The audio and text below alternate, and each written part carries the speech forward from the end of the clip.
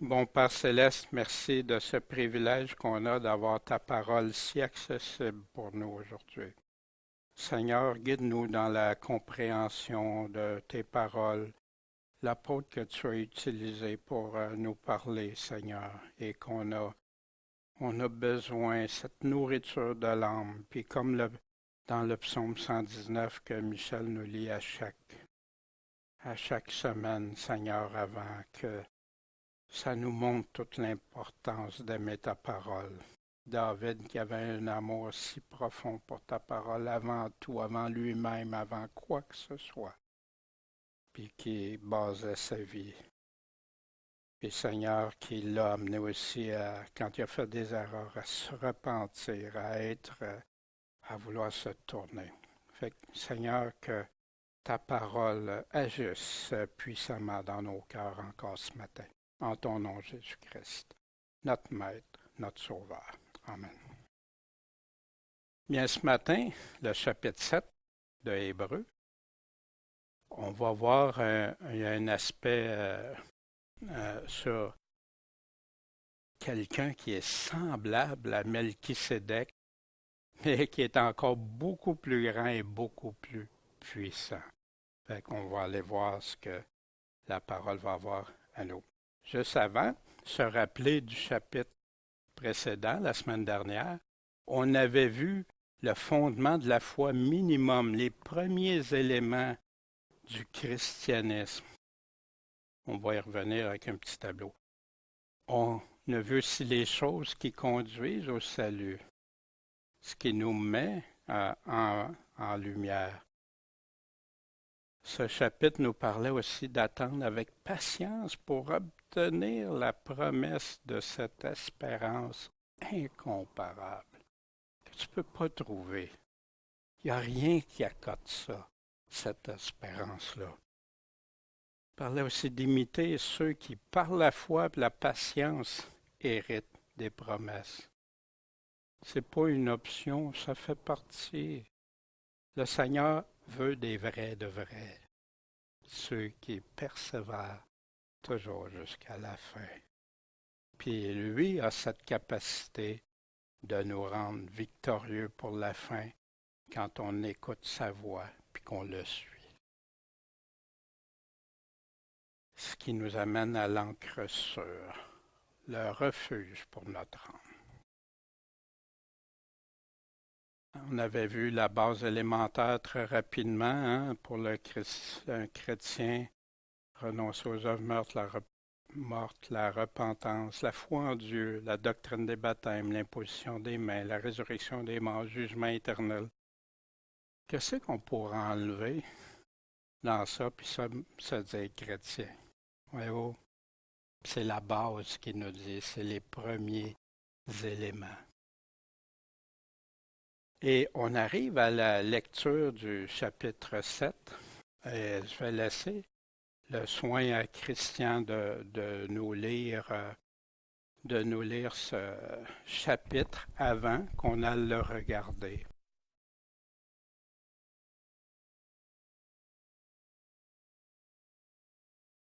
Car c'est ce Melchisédek, roi de Salem et sacrificateur du Dieu souverain, qui alla au-devant d'Abraham lorsqu'il revenait de la défaite des rois, et qui le bénit. À qui aussi Abraham donna la dîme de tout le butin. D'abord, Melchisédek signifie roi de justice. De plus, il était roi de Salem, c'est-à-dire roi de paix. Il a été sans père, sans mère, sans généalogie, n'ayant ni commencement de jour, ni fin de vie. Rendu semblable au Fils de Dieu, il demeure sacrificateur pour toujours. Or, considérez combien est grand celui à qui Abraham le patriarche donna la dîme du butin. Et tandis que ceux d'entre les fils de Lévi, qui exercent la sacrificature, ont l'ordre, selon la loi, de lever la dîme sur le peuple, c'est-à-dire sur leurs frères, qui cependant sont issus des reins d'Abraham. Lui, qui n'était pas de la même famille qu'eux, il leva la dîme sur Abraham et bénit celui qui avait les promesses. Or, sans contredit, c'est l'inférieur qui est béni par le supérieur. Et ici, ce sont des hommes mortels qui prélèvent les dîmes, mais là, il est attesté que celui qui les reçoit est vivant. Et Lévi, qui prélève les dîmes, les a aussi payés, pour ainsi dire, par Abraham. Car il était encore dans les reins de son père lorsque Melchisédek alla au-devant de lui. Si donc la perfection s'était trouvée dans le sacerdoce lévitique, car c'était celui-ci que se rapporte la loi donnée au peuple, qu'était-il encore besoin qu'il élevât un autre sacrificateur selon l'ordre de Melchisédek et non selon l'ordre d'Aaron? Car le sacerdoce étant changé, il est nécessaire qu'il y ait aussi un changement de loi. En effet, celui de qui ces choses sont dites appartient à une autre tribu dont aucun membre n'a servi à l'autel. Car il est évident que notre Seigneur est issu de Juda, tribu de laquelle Moïse n'a rien dit concernant le sacerdoce. Et cela devient encore plus manifeste quand il s'élève un autre sacrificateur selon la ressemblance de Melchisédek, qui a été institué non selon la loi d'une ordonnance charnelle, mais selon la puissance d'une vie impérissable. Car il rend ce témoignage: Tu es sacrificateur pour l'éternité selon l'ordre de Melchisédek. Ainsi, la première ordonnance a été abolie à cause de sa faiblesse et de son inutilité. Car la loi n'a rien amené à la perfection, mais une meilleure espérance, par laquelle nous nous approchons de Dieu, a été mise à sa place. Et comme Jésus n'a pas été institué sans serment, car les autres ont été faits sacrificateurs sans serment, mais celui-ci l'a été avec serment, par celui qui a dit: Le Seigneur a jugé, a juré, et il ne se repentira point. Tu es sacrificateur pour l'éternité, selon l'ordre de Melchisédek. Jésus est ainsi devenu garant d'une alliance d'autant plus excellente. Puis, quant aux sacrificateurs, il y en a eu un grand nombre, parce que la mort les empêchait de subsister toujours. Mais lui, parce qu'il subsiste pour l'éternité, il possède un sacerdoce qui ne passe point. C'est pourquoi, aussi, il peut sauver parfaitement ceux qui s'approchent de Dieu par lui, étant toujours vivant pour intercéder en leur faveur. Or, il nous était convenable d'avoir un tel souverain sacrificateur, saint, innocent, sans souillure, séparé des pécheurs et élevé au-dessus des cieux, qui n'eut pas besoin, comme les souverains sacrificateurs, d'offrir tous les jours des sacrifices, premièrement pour ses propres péchés, puis pour ceux du peuple, car il a fait cela une fois, en s'offrant lui-même. Car la loi institue souverain sacrificateur des hommes soumis à l'infirmité, mais la parole du serment qui a suivi la loi institue le Fils, qui a été rendu parfait pour l'éternité. Bien, merci beaucoup de cette lecture, mon frère Christian. Quand c'est toujours quelque chose d'aller voir l'ensemble de ce qu'il est en train de parler pour après ça aller plus pointu dans réfléchir, méditer. C'est ça que ça veut dire, hein, la parole de Dieu. Mais tout ça, c'est la suite, hein, du dernier chapitre. Comme si vous avez, je ne sais pas si vous avez remarqué, mais à la fin, j'ai mis 3 petits points à la fin de la lecture parce que la semaine prochaine, il continue, on va voir ça, Dieu voulant, il continue à parler du sujet. Mais voici, il est en train de nous parler d'une espérance qu'on garde comme une encre de l'âme, sûre et ferme, qui pénètre au-dedans du voile. On va voir ça, le voile, bientôt, où Jésus est entré pour nous comme un précurseur, ayant été fait souverain sacrificateur pour l'éternité selon l'ordre de Melchisédek. On va voir, ça se répète, hein, il y a plusieurs choses. L'auteur va revenir, va nous répéter des choses. N'oubliez pas qu'il s'adressait au peuple hébreu, c'est pour ça que la lettre est écrite aux Hébreux, mais qui était devenu chrétien. Donc, un seul corps, maintenant, juif ou non juif, c'est le même troupeau pour le Seigneur. J'ai d'autres, hein, que je vais rassembler dans un. Mais il y avait des particularités que les Hébreux connaissaient par rapport à la loi, par rapport à l'Ancien Testament. Puis l'auteur s'en sert pour les ramener, les amener à être 100% convaincus de Jésus-Christ. On va voir par la suite. Parce que c'est ce Melchisédek, roi de Salem et sacrificateur du Dieu souverain, qui est allé au-devant d'Abraham quand il revenait de la défaite des rois, qui le bénit. un passage qu'on va aller voir ensemble, à qui aussi Abraham a donné la dîme de tout le butin. D'abord, Melchisédek signifie roi de justice. De plus, il était roi de Salem, c'est-à-dire roi de paix. Il y a trois choses qu'on peut remarquer ici. On va les aborder ensemble. La première, c'est que la Bible répond à la Bible. Elle le fait toujours. Quand on a des passages, des fois, ils peuvent être difficiles, tout ça. C'est pour ça qu'on va voir les passages similaires, parallèles, puis on regarde ça, puis on veut comprendre, on veut. Des fois, ça bonifie, ça nous fait comprendre davantage. Mais il y a des fois, comme c'est là, que c'est tellement évident que la Bible répond. La Bible donne ses propres définitions. Melchisédek, c'est clair. Ça veut dire quoi, roi de justice? On ne peut pas avoir mieux. On ne peut pas ajouter, on ne peut pas enlever rien. Roi de Salem signifie roi de paix. Fait que dans ça, il nous donne des explications et il leur donne des caractéristiques de Melchisédek qu'on va continuer à voir. Puis où est-ce qu'on trouve, deuxième chose, quand il parle de ça, c'est parce que c'est écrit dans la Bible ailleurs. Et où c'est écrit? Bien, on retrouve ça dans Genèse 14, au verset 14 à 20. Puis c'est quand Abraham avait appris que Lot avait été fait prisonnier, puis il a été combattre. Il est parti pour aller délivrer Lot et tout ça. Puis il a remporté la victoire, puis il a ramené les richesses qu'on avait prises, puis il a ramené aussi Lot, son frère, ses biens, et les femmes aussi, et le peuple. Et le roi de Sodome sortit au-devant de lui, après qu'il fut revenu de battre Kédar Laomer et les rois qui étaient avec lui, dans la vallée de la plaine, qui est la vallée du roi. Puis c'est là qu'on nous parle de Melchisédek, et dans ce contexte. Et Melchisédek, roi de Salem, fit apporter du pain et du vin. Il était sacrificateur du Dieu très haut. Ah, on apprend, c'est un sacrificateur. Pourtant, la loi n'avait pas été donnée encore, mais il était sacrificateur du Dieu très haut. Il a béni Abraham, puis il a dit, béni soit Abraham par le Dieu très haut, fondateur des cieux et de la terre. Et béni soit le Dieu très haut qui a livré tes ennemis entre tes mains. Puis Abraham lui donna la dîme de tout. Il a pris un dixième de ce qu'il avait, puis il a donné. Mais connaissez-vous beaucoup de gens que tu arrives, tu rencontres quelqu'un, puis tu lui donnes 10% de ce que tu as, comme ça? Non, hein?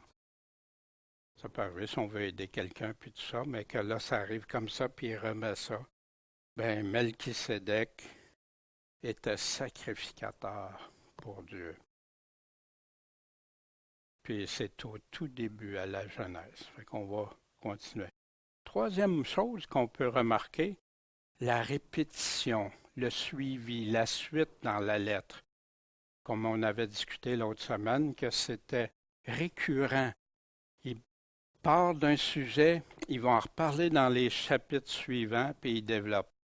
Romains est une lettre qui illustre ça, malheureusement pas assez clairement pour plusieurs, parce que plusieurs vont prendre des passages qui vont isoler du reste, mais il y a tout un cheminement dans Romains jusqu'au chapitre 11, mais on verra ça quand on va voir là, la répétition. Au chapitre 5, verset 6, sacrificateur selon l'ordre de Melchisédek.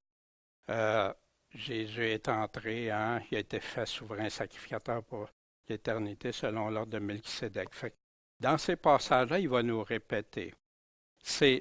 Le sujet est abordé, l'auteur ouvre une parenthèse, où il nous donne une autre information, puis ou un sujet relié à ça. Puis c'est souvent là que les gens oublient après que la plupart du temps, il va y revenir dans, dans la lettre, il va revenir. Puis là, c'est comme il y a une grande séparation, puis ça divise. Hein? On appelle ça découper des versets ou les sortir hors de son contexte. Fait que c'est pour ça que nous, comme chrétiens, quand on étudie la parole de Dieu, il faut toujours faire attention, puis est-ce que les mêmes mots réapparaissent ou des synonymes ou des choses dans la lettre, ou des choses qui vont nous faire comprendre d'avoir tout le portrait et non pas isoler une information ou une. La vérité, c'est toute la vérité. C'est pour ça qu'on montre souvent le symbole de tout complet. Salem, le roi de Salem, ce qui est intéressant, dans le psaume 76, cantique avec des instruments à cordes, Dieu est connu en Juda. Son nom est grand en Israël. Son tabernacle, sa tente, sa résidence est en Salem et son domicile en Sion. C'est là qu'il a brisé les foudres de l'arc, le bouclier, puis il continue avec des choses. Fait que ici, la parole de Dieu nous a... Salem, hein, le roi de Salem, Melchisédek, c'est intéressant. Je ne peux pas aller trop loin dans ça parce que je ne veux jamais aller plus loin que la parole, mais c'est intéressant de voir ça. C'est une chose intéressante aussi, vous vous souvenez, Salomon, son nom sera Salomon, qui est issu du même comme Salem, mais Salomon, le Pacifique, la paix. Je donnerai la paix et la tranquillité pendant sa vie. Fait que c'est intéressant des fois de regarder hein, le roi de paix, le roi de Salem et tout ça. Voici maintenant au verset 3. Il a été sans père, sans mère, sans généalogie, n'ayant ni de commencement, ni de jour, ni fin de vie. Qu'est-ce que ça veut dire? L'auteur ne va pas plus loin que la parole. On ne retrouve pas Melchisédek, d'où il vient, combien de temps il a vécu ou pas. On ne trouve rien de ça. On ne l'a pas dans la parole de Dieu. Mais rendu semblable au Fils de Dieu, il demeure sacrificateur pour combien de temps? Pour toujours. Ça fait que ici, là, il va nous chercher l'exemple de Melchisédek, puis c'est Jésus, semblable comme Melchisédek, qui lui maintenant a pris, est devenu le sacrificateur, mais il y a une similitude. Or, considérez combien est grand celui à qui Abraham, le patriarche, a donné la dîme du butin, ce qu'on venait de lire tantôt. Et tandis que ceux d'entre les fils de Lévi qui exercent la sacrificature ont l'ordre, selon la loi, de lever la dîme sur le peuple, c'est-à-dire sur leurs frères, qui, cependant, eux autres, ils viennent des reins d'Abraham. Fait que là, les sacrificateurs ne sont pas sacrificateurs comme Melchisédek, mais eux, c'est eux qui prennent le dixième, la dîme, sur leurs frères. Fait que là, il va continuer à développer pourquoi il nous parle de ça. Lui, qui n'était pas de la même famille qu'eux, de qui il n'était pas de la même famille que les sacrificateurs qui ont été déterminés par la loi 400 ans plus tard, plus de 400 ans plus tard. Il a levé la dîme sur Abraham, puis il a béni celui qui avait les promesses. Fait que c'est Melchisédek. Or, sans contredit, c'est l'inférieur qui est béni par le supérieur. Fait qu'Abraham était ici considéré inférieur à celui qui l'a béni. Et ici, ce sont des hommes mortels qui prélèvent les dîmes. Mais là, il est attesté que celui qui les reçoit est vivant. Et Lévi, qui prélève les dîmes, les a aussi payés, pour ainsi dire, par Abraham.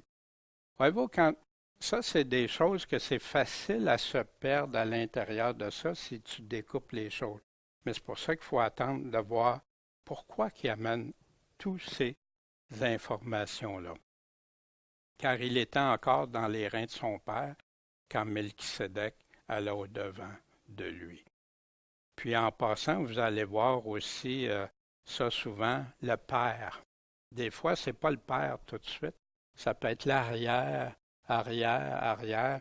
Puis c'est pour ça, même quand on lit dans le livre de Daniel, le père de, puis Nebuchadnezzar, puis tout ça, puis on lit d'autres informations. Puis là, tu dis, ben, il me semble ça. Mais non, il dit son père, mais c'était son petit-fils.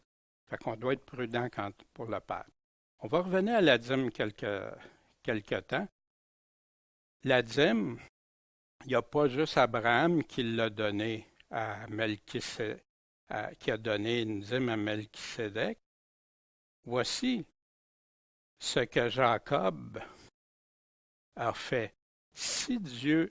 Jacob a fait un vœu. Si Dieu est avec moi et me garde dans ce voyage que je fais, et me donne du pain pour manger, des habits pour me vêtir, et que je retourne en paix à la maison de mon Père, l'Éternel sera mon Dieu. Et cette pierre que j'ai dressée en monument sera la maison de Dieu, et tout ce que tu m'accorderas, je t'en donnerai fidèlement la dîme. Fait qu'il a offert, il a pris une entente, Seigneur, je prends une alliance avec toi. Jacob se sentait démuni, puis il voulait croire au vrai Dieu, puis tout. Puis il a fait une entente avec Dieu par la dîme.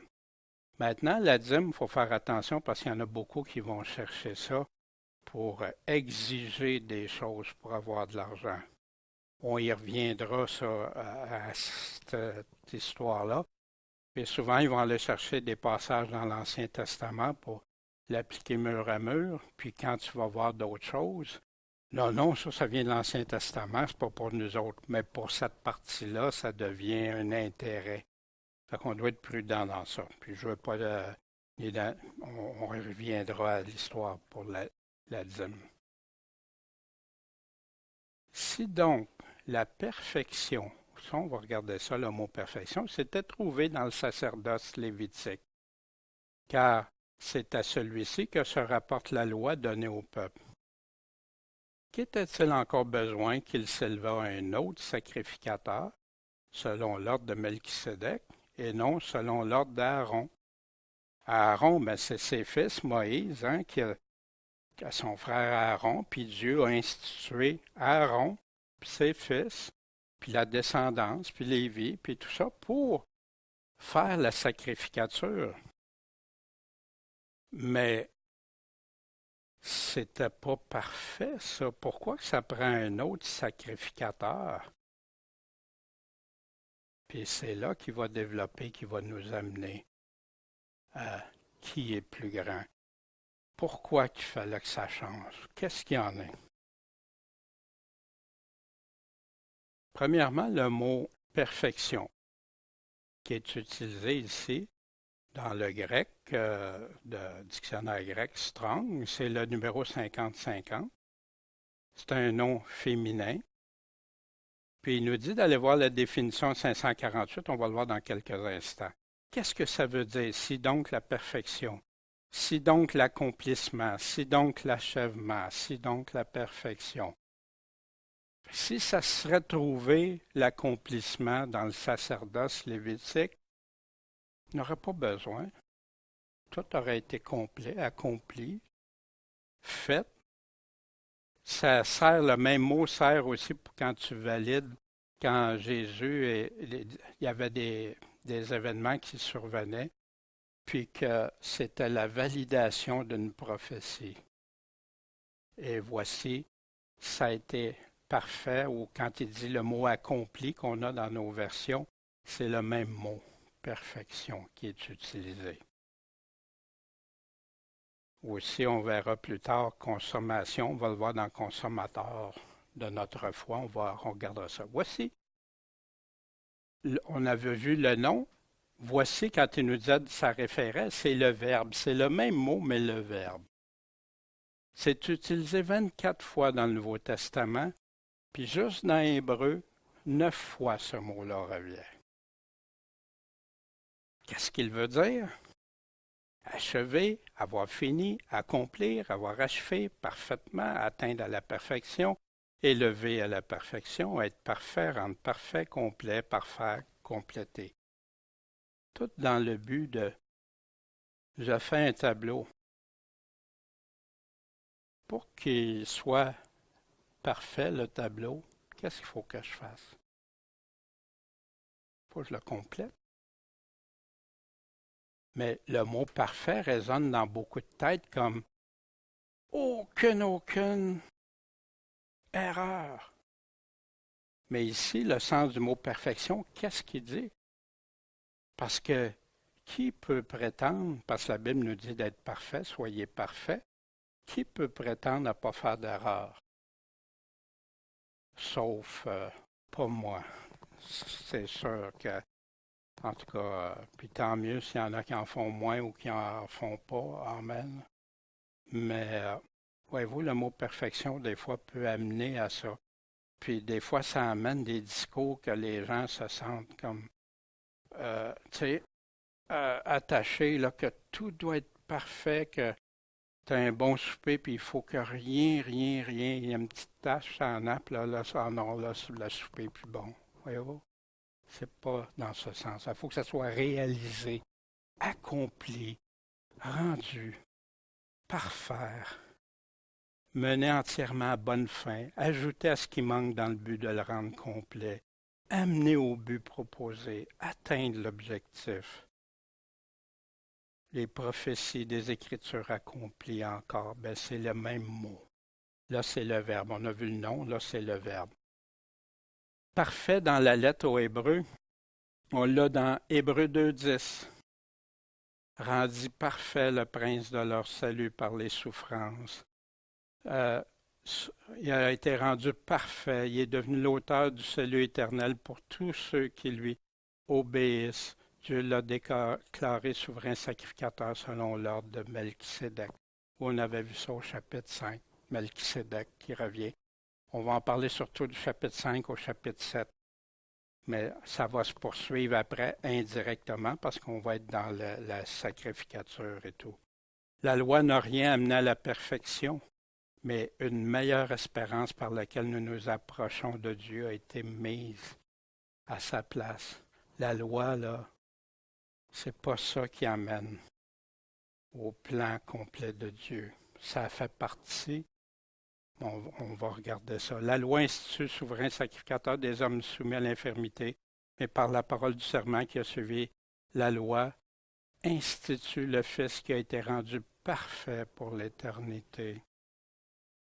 On offre des dons et des sacrifices qui ne peuvent rendre parfait quant à la conscience de celui qui fait le service au chapitre 9. Au chapitre 10, la loi ayant l'ombre des biens à venir et non l'image même des choses ne peut jamais, par les mêmes sacrifices qu'on offre continuellement chaque année, rendre parfaits ceux qui s'approchent de ces sacrifices.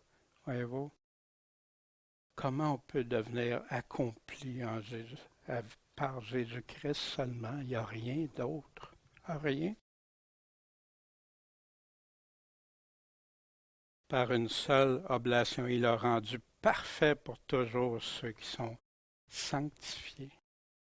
On y reviendra à ça au chapitre 10.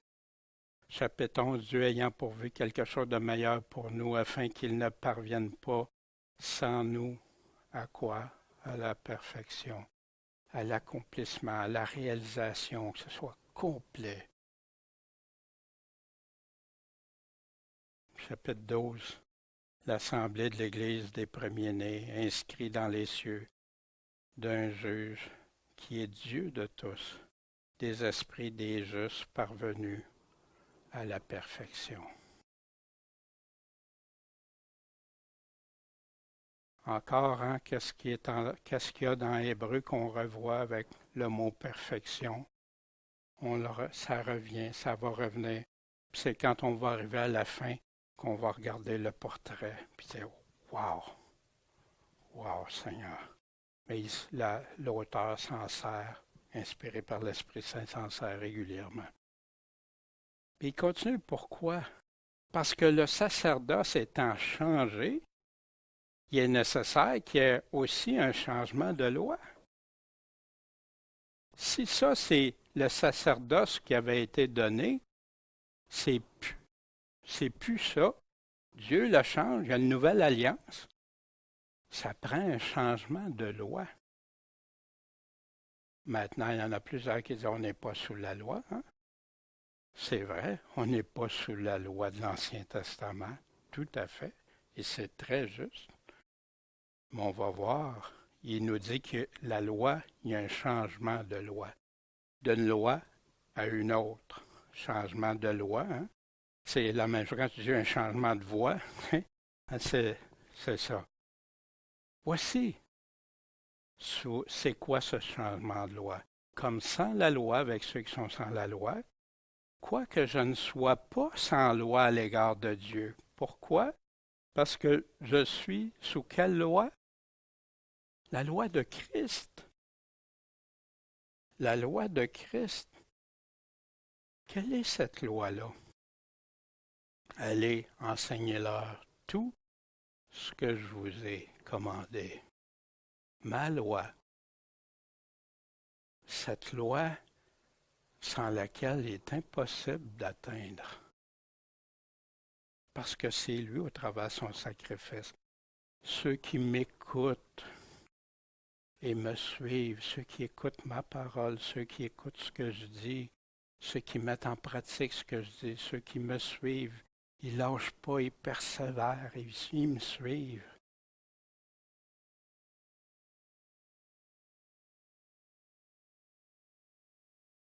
Portez les fardeaux les uns des autres. Puis de cette façon, vous allez accomplir la loi de Christ. L'amour premièrement de Dieu, de tout notre cœur, notre âme, notre pensée, puis l'amour de notre prochain. C'est pour ça que l'apôtre Jean il dit, il y en a qui disent qu'ils aiment Dieu, mais ils n'aiment pas le prochain. Ça ne marche pas. Ça ne marche vraiment pas. On est sous la loi de Christ. Les gens, non, on est tous délivrés de tout. Bien, pourquoi Jésus nous met tant de paroles, tant d'avertissements? Ce n'est pas tous ceux qui disent Seigneur, Seigneur, mais ceux qui mettent en pratique ma parole, ma volonté, la volonté du Père. Vivre selon la nouvelle loi de Christ, à titre, Paul en parle. Rien détourné, montrer une entière fidélité afin de faire honorer en toutes choses la loi de Dieu, notre Sauveur. La doctrine, c'est pas la même chose. La loi de Jésus, comment on la connaît? Par la doctrine qui vient de lui. Sans cet enseignement, sans cette doctrine, on ne peut pas le savoir. Car la grâce de Dieu pour le salut de tous les hommes a été manifestée.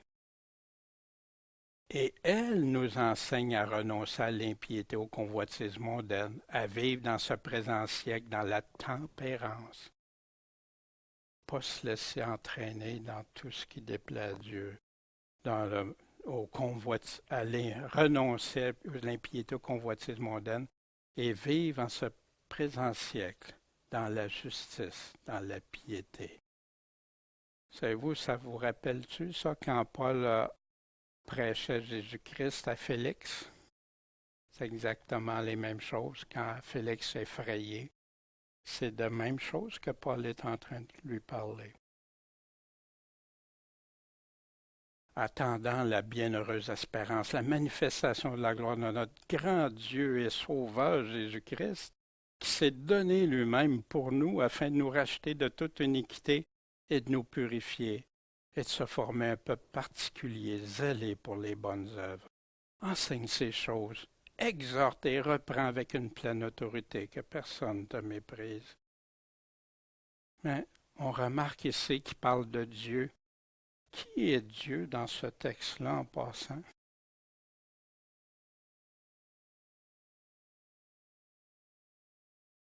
La gloire de notre grand Dieu et Sauveur, Jésus-Christ. Des fois, des personnes qui doutent la divinité de Jésus, puis il nous parle de cette grâce qui nous enseigne à renoncer et tout. Comment on peut dire que quelqu'un est sauvé par la grâce sans tenir compte de ce qui se dit avec la grâce? La faveur de Dieu, mais il nous donne ses conditions, il nous donne ce qu'on a besoin de faire pour lui. Puis il revient au verset 13. En effet, celui qui a dit ces choses, de qui ces choses sont dites, appartient à une autre tribu dont aucun membre ne servait à l'autel. C'est pas la tribu de Lévi, là.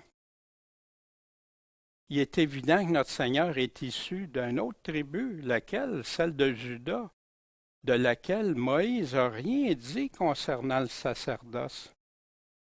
Il n'était pas question, quand Moïse a donné la loi, que quelqu'un d'autre ferait le sacerdoce. Mais notre Seigneur issu de Juda. Juda est un jeune lion. Ça, c'est quand Jacob donnait à ses fils chacun les prophéties de ce qui était pour arriver à chacune de leurs, pour eux puis pour leur tribu, leur descendance. Juda est un jeune lion.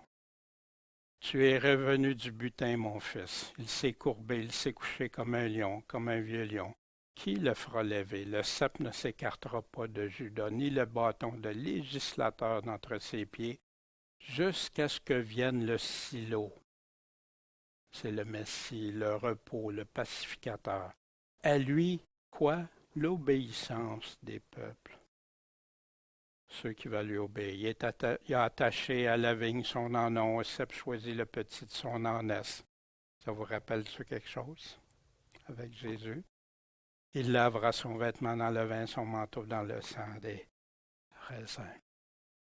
De la tribu de Juda. Puis aussi, c'est lui, celui qui est le lion issu de la tribu de Juda, qui est le seul qui est digne dans la révélation de Jésus-Christ, l'Apocalypse, d'ouvrir les sceaux. Personne d'autre. C'est pour ça que l'apôtre Jean, il pleurait, parce qu'il n'y a personne qui est digne d'ouvrir ce rouleau, ce livre, ce rouleau.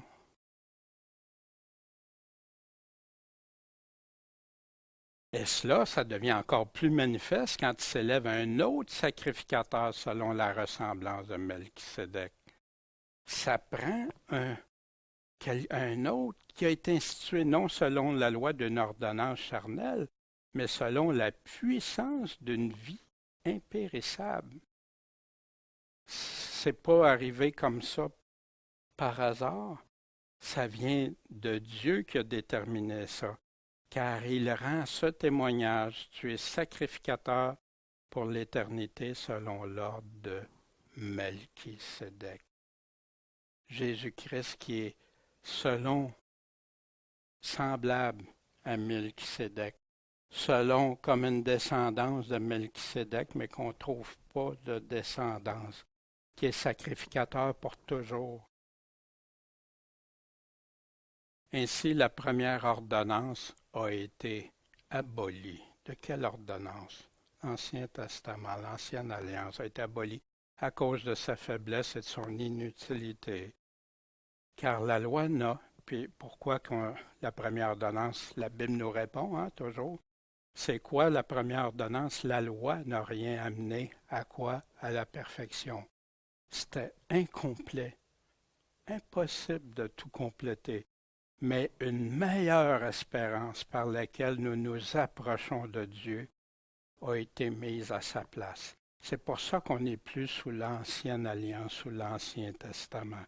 Mais il y a plein d'exemples, il y a plein de confirmations dans l'Ancien Testament. Il y a des choses à faire, à ne pas faire. Ce qui est abominable à Dieu est resté abominable à Dieu. Mais ceux qui retournent sous la loi, qui veulent vivre selon la loi, Paul en parle, un autre évangile, parce qu'il essaie de mélanger deux choses. Mais l'Ancien Testament est majeur. C'est par là qu'on peut apprendre Jésus-Christ, qu'on peut avoir la pleine confirmation qui est Jésus-Christ. C'est annoncé d'avance. Puis maintenant, celui-ci est mon fils bien-aimé. C'est lui, écoutez-lui, écoutez-le. C'est lui qui va nous donner tout ce qu'on a besoin maintenant. Puis oui, il nous réfère souvent l'Ancien Testament, mais il nous l'explique très clairement pour que quiconque veut entendre sa voix et le suivre, tout est là. On n'a pas obligé d'ajouter, de supprimer rien, d'ajouter, tout est là. Cette meilleure espérance encore qui est répétition, la première qui a été abolie dans Hébreux 7, ça revient en effet si la première alliance avait été sans défaut, il n'y aurait pas eu lieu d'en établir une seconde. Il continue au 8.13 en parlant d'une alliance nouvelle, il déclare ancienne la première, ce qui est devenu ancien, et vieilli et prêt de disparaître. La loi étant l'ombre des biens à venir et non l'image même des choses, ne peut jamais, par les mêmes sacrifices qu'on offre continuellement chaque année, rendre parfaits ceux qui s'approchent de ces sacrifices. Voyez-vous, Paul est en train de convaincre des Hébreux, là. Non, laissez l'ancienne alliance. Venez sous la nouvelle alliance, le nouveau sacrificateur, celui que le Père a déterminé, institué. Et comme Jésus n'a pas été institué sans serment, parce que les autres ont été faits sacrificateurs, mais sans serment, Dieu n'a pas fait de serment pour eux, mais il lui a donné des directives, mais il n'a pas fait de serment. Mais celui-ci, Jésus, l'a été avec serment par celui qui lui a dit, le Seigneur a juré, et il ne se repentira point. Tu es sacrificateur pour combien de temps? Pour l'éternité, selon l'ordre de Melchisédek. Voilà l'importance pourquoi il revient avec Melchisédek, puis il convainc un juif que, wow, ouais, Melchisédek, c'est un personnage bien important, puis quand on lit dans l'Ancien Testament, tout ça, puis là, ils peuvent faire le lien avec ce sacrificateur-là, qu'on ne connaît rien d'autre, mais qui était majeur, parce qu'Abraham, puis les Juifs se disent, ben, je suis fils d'Abraham. Fait que mon patriarche, mon arrière-arrière-grand-père, il a donné la dîme à ce sacrificateur-là, puis la loi n'était même pas encore là. Wow! Puis là, il prend cette Melchisédek. Hein, puis ça vient du psaume 114 où Dieu a dit ça. L'Éternel l'a juré. Il s'en repentira pas. Tu es sacrificateur à toujours, selon l'ordre de Melchisédek. Jésus étant devenu ainsi garant. Vous savez ce que ça veut dire, hein? Une garantie, garant, d'une alliance d'autant plus excellente. En passant, remarquez, l'apôtre n'est pas en train de mépriser l'ancienne alliance. Non, il est en train de dire qu'elle n'est plus, ce n'est plus ça. C'est cette meilleure alliance, une excellente encore plus. Puis c'est Jésus qui fait la garantie de ça. Parce que pour beaucoup d'Hébreux, il était le cœur torturé entre l'ancienne alliance et la nouvelle alliance. Puis malheureusement, c'est ce qui arrive encore à des chrétiens qui, en passant, n'ont jamais été sous cette loi-là, mais qui prennent beaucoup d'enseignements dans le Nouveau Testament qui étaient là pour convaincre des Juifs, parce que le début de l'Église, c'était tous des Juifs, à se départir, qu'ils n'étaient plus sous l'ancienne alliance. Sans ça, ça faisait de Jésus-Christ que non, il ne peut rien pour vous si vous voulez rester là. Dans la lettre aux Galates, on voit ça affiché très clairement dans d'autres passages. Puis, quant au sacrificateur, il y en a eu un grand nombre. Là, il y en a juste un. Ici, il y en a un grand nombre parce que la mort les empêchait de subsister toujours. Eux autres, ils n'étaient pas pour toujours, ils étaient là juste pour un temps, le temps de leur vie. Mais lui, parce qu'il subsiste pour l'éternité, il possède un sacerdoce qui ne passe pas. qui ne se terminera pas, qui finira pas. La perfection d'une alliance bien supérieure. Dans Colossiens 2, il a effacé ce qui était contre nous. C'est quoi l'obligation des ordonnances qui s'élevaient contre nous? Il l'a entièrement annulé en l'attachant à la croix. Ayant détruit en sa chair l'inimitié, la loi des préceptes. En passant, on regardera ça parce que ça va continuer. Vous savez, on dit qu'il y a plus de 613 ordonnances, commandements dans l'Ancien Testament.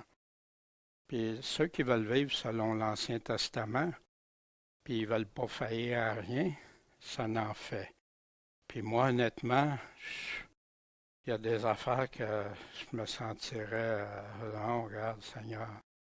Mais Dieu a établi des choses, puis il a testé la fidélité de son peuple aussi. Il a éprouvé si son peuple lui serait fidèle. C'est pourquoi aussi,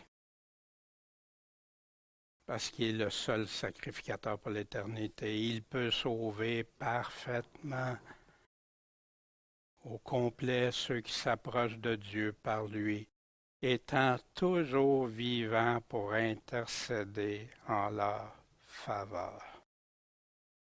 Tes anciens sacrificateurs là, dans l'Ancien Testament ne peuvent rien, ne peuvent plus rien. Mais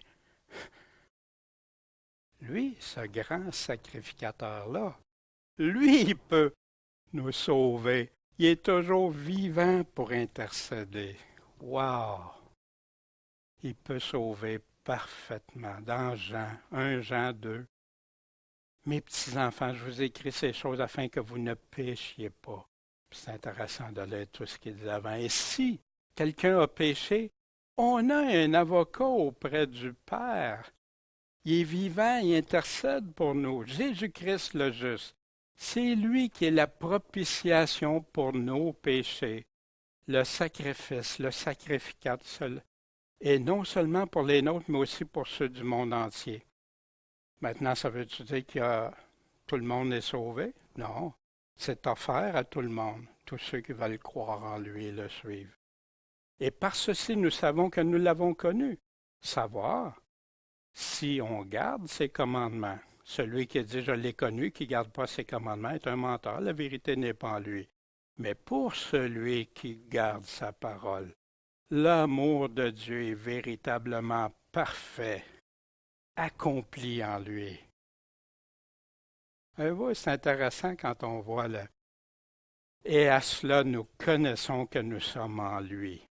À quoi? À celui qui garde sa parole, à celui qui obéit à ses commandements, qui le suit. Celui qui dit qu'il demeure en lui doit aussi marcher comme il a marché lui-même. Wow! Moi, ça m'exhorte toujours. Seigneur, qu'est-ce que je dois faire pour marcher comme toi? Loin du péché, loin de l'erreur. S'il te plaît, Seigneur.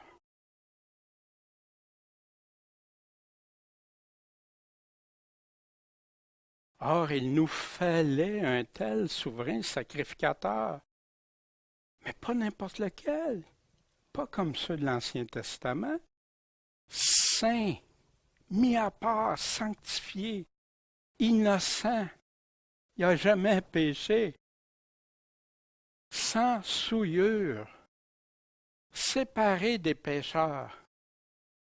Ça veut dire, en passant, des fois, il y en a qui disent « Ah, Jésus, il se tenait avec tous les pécheurs. » Puis tout. Jésus avait, puis il parlait avec des pécheurs, mais toujours pourquoi? Pour les amener à la repentance. Puis pouvoir leur pardonner si ils se repentaient. Va et ne pêche plus. Combien de fois il a répété ça à ceux qui étaient les pécheurs? Mais est-ce qu'il allait se tenir? Il allait dans les clubs du temps ou des choses comme ça? Non, hein?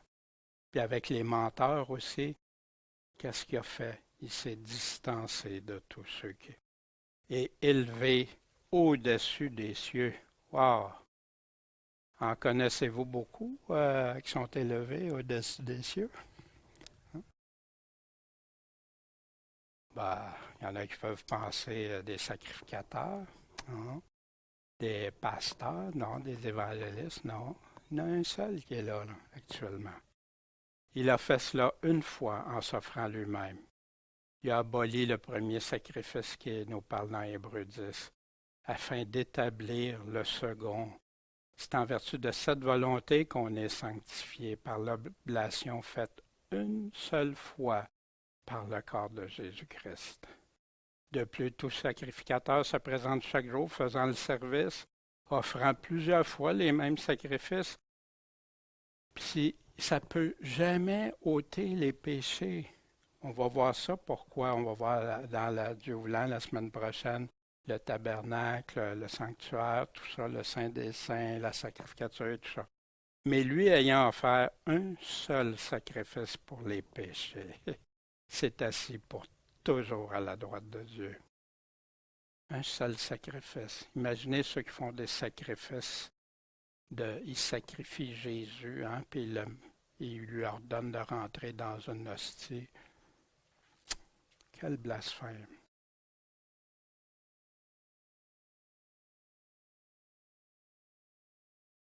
Parce que la loi institue souverain sacrificateur des hommes soumis à l'infirmité. Mais la parole du serment qui a suivi la loi, elle institue pas des temporaires qui sont faibles, qui peuvent, hein, avec toute leur...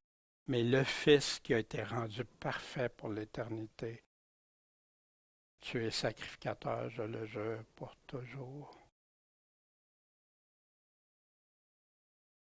Voici quelques réflexions.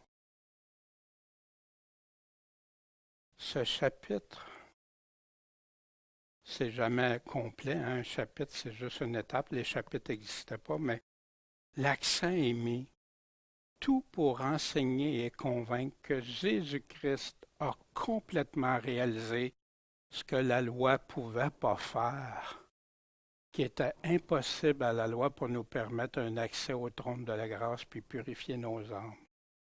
Maintenant, ouais, mais qu'est-ce qui est arrivé avec tous ceux avant? La Bible nous répond à ça. Tous ceux qui avaient la foi au rocher, qui se sont abreuvés au rocher spirituel qui était Christ, qui croyaient sans avoir vu les promesses. On va voir sur le chapitre 11 aussi. Oui, parce que c'est Christ, le rocher spirituel, qui était là dans l'Ancien Testament. On reviendra à ça. Mais ici, la loi ne pouvait pas faire pour nous permettre un accès au trône de la grâce puis purifier nos âmes. Lui, le parfaitement saint, assis sur le trône, et nous permettre, pour tous ceux et celles qui s'approchent de Dieu, d'être sauvés par lui.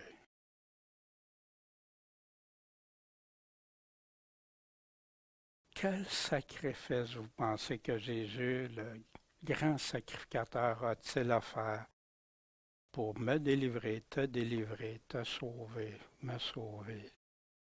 C'est quoi? C'est quoi le sacrifice que le sacrificateur a à faire sur l'autel? Lui-même. Quand on a fait le repas du Seigneur ce matin, c'est ça qu'on se remémorait.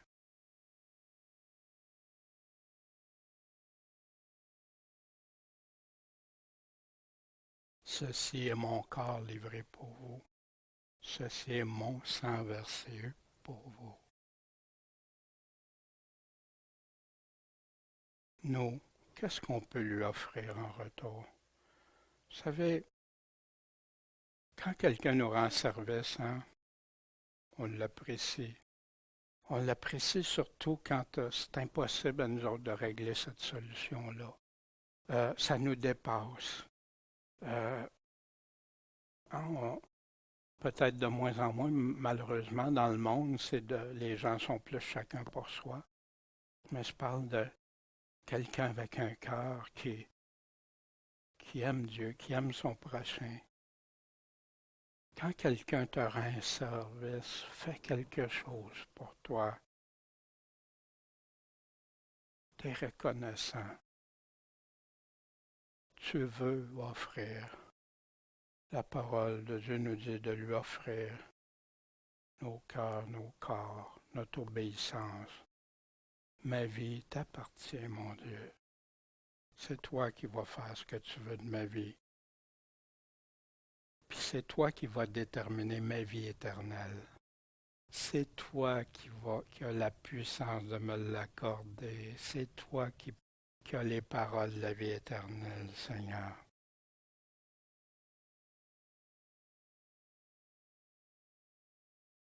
Puis, quelle loi j'ai dans ton cœur?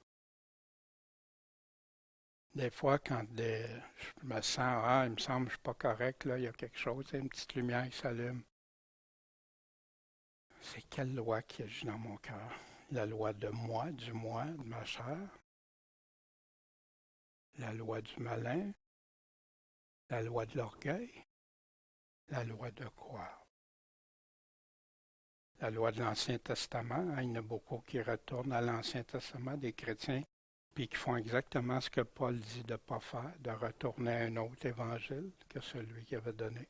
Ils retournent, ils mélangent l'évangile avec l'Ancien Testament. Quelle loi qui agit dans notre cœur? As-tu la loi de Christ dans ton cœur? Est-ce qu'elle est la seule règle? Puis à toutes les fois qu'on se rend compte qu'il y a une règle qui ne vient pas de la loi de Christ, qu'est-ce qu'on doit en faire? Qu'est-ce qu'on peut faire? Et tout ça, sans lui, on ne peut pas le faire. Mais en lui, avec lui, pour lui, on peut tout. La confiance, la foi, de se fier, se confier en lui. Puis quand il dit quelque chose, même si je ne comprends pas, même si ça dépasse ou ça vient même me rendre, Dieu, j'ai raison ou tu as raison?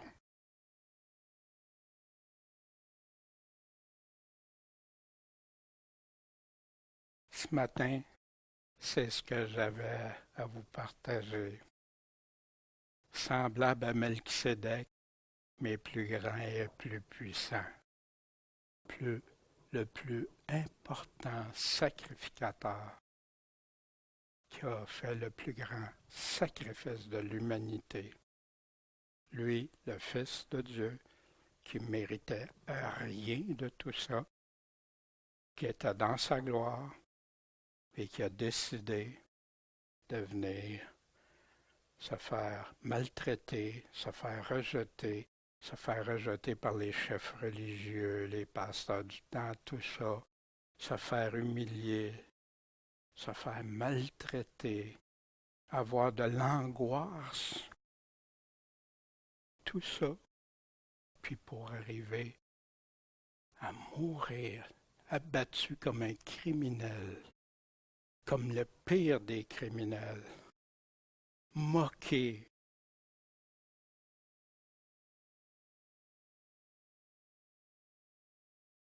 Imaginez, on voit ça arriver de l'injustice des fois à des personnes, ou des personnes qui sont, ça vient nous chercher, hein.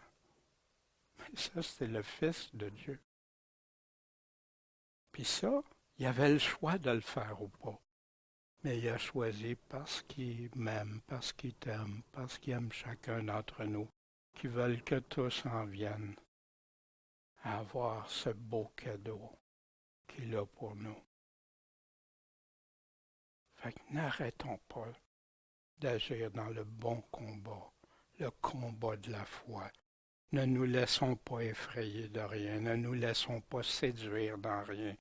Laissons-nous pas. Restons avec celui qui a la toute-puissance.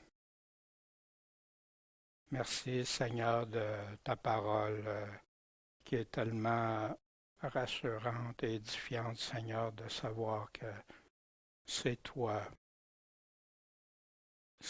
qui as toute cette puissance, c'est toi qui as offert, mais c'est toi qu'on veut aimer en retour de tout notre cœur. Seigneur, dirige-nous chacun, qu'on qu'on ne soit pas en train de faire semblant de rien, mais d'être intègre en toutes choses, fidèle, déterminé. Puis on sait qu'en demeurant en toi, Seigneur, tu vas nous aider à porter du fruit dans nos vies. Merci, Seigneur, pour tout. En ton Saint-Nom, Jésus-Christ, notre Maître, notre Seigneur, notre Sauveur. Amen.